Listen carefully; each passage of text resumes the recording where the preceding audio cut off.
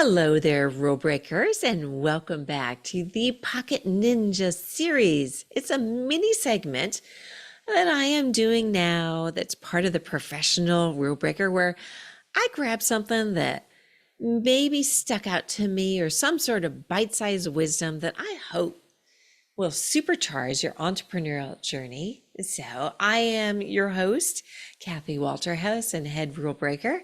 And today we're going to be diving into a fascinating analogy that I have that I got actually from somebody that I just interviewed.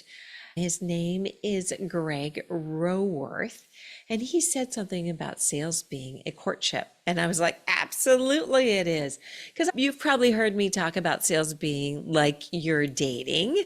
So I actually like his term a little bit better than mine. So sales is like a courtship. It is about developing a relationship, just like you would as if you were dating. And if you're not nurturing that relationship, chances are, if you think about a date, you won't get a second date. It's the same thing in sales. So I want you to picture this. You're on this first date and you're not just talking about yourself the whole time. You're asking questions, you're listening intently, finding common ground, building that connection, right? And if you're engaging and you're truly listening and you're frankly not doing anything stupid, you're going to grow that like and trust factor, which leads us to a relationship. But now what happens if you go on a first date? It was really, really great. And then you never contact them again. You're probably having this distasteful image in your head, I'm sure. And it's the same thing, that if you don't follow up with your customer, your potential customer, the relationship dies. So I want to take this a step further. So imagine you and your potential customer are like a pair of ballroom dancers, just like Dancing with the Stars, if you've ever watched that show. You move in this synchronicity. You're having this connection. You're talking. You get to know each other. You pivot really, really smoothly.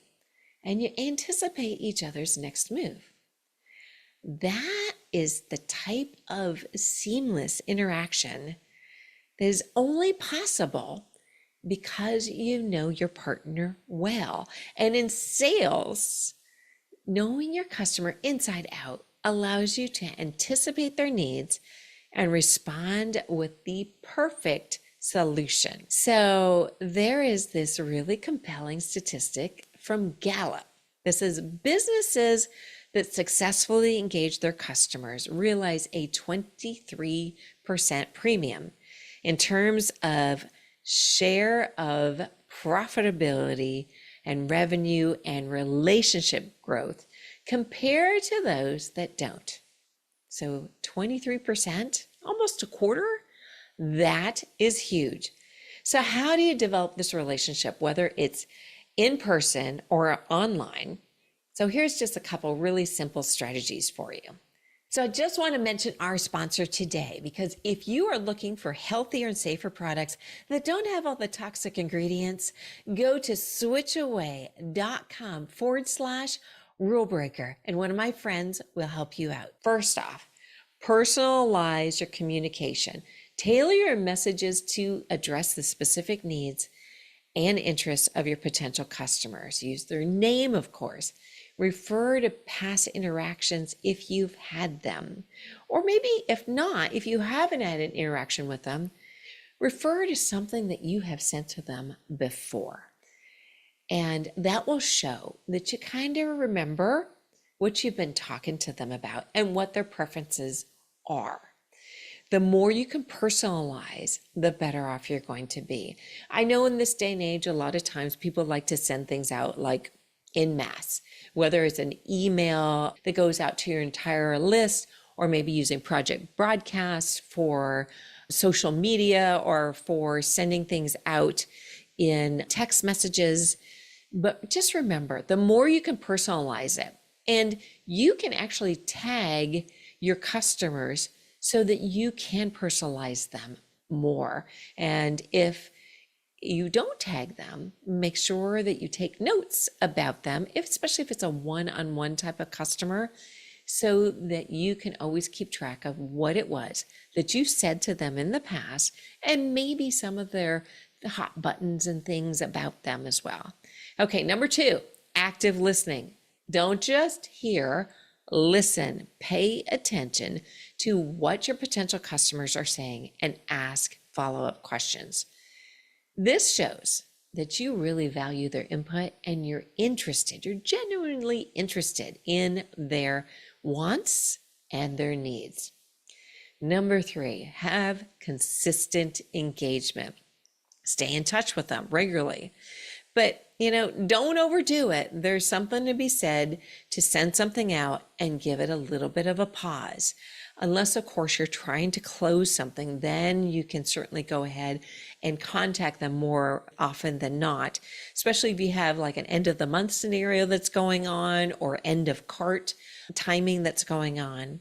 But make sure you're always really sharing valuable content, check in with them, and just be there when they need you. If you are there when they need you, you are going to build that relationship faster than anyone else. And remember what I said, consistently builds trust.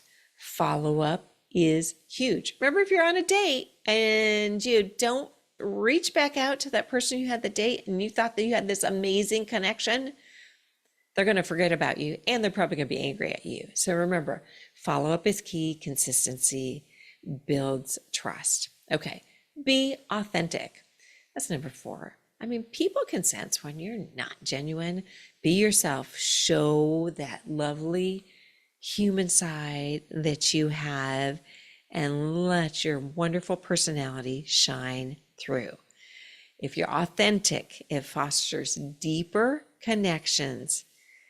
And then, of course, let's not forget the power of online relationship building, because in today's digital world, we know social media platforms are gold mines for developing relationships with potential customers. According to Sprout Social, 89% of consumers will buy from a brand that they follow on social media. So engage with your audience, respond to comments, and I would say do that 100% of the time and create content that really, really resonates with them. So when you treat sales like a courtship, focusing on the relationship development, you set yourself up for long-term success. It's not just about making the sales. It's about creating a loyal customer who will come back time and time and be your biggest raving fan. So for today's Pocket Ninja takeaway, remember that sales is more than a transaction. I actually think it's a calling. I think it's something really noble that you can do if you have a gift that you want to make sure gets out there and helps people. And remember, it's a relationship. It's a dance. Treat your potential customers like your dance partner. Move in harmony, anticipate their needs and their wants, and build a connection that goes way beyond the surface. And this approach will not only drive higher success rates, but it will also, like I said before, create a loyal customer base that champions you.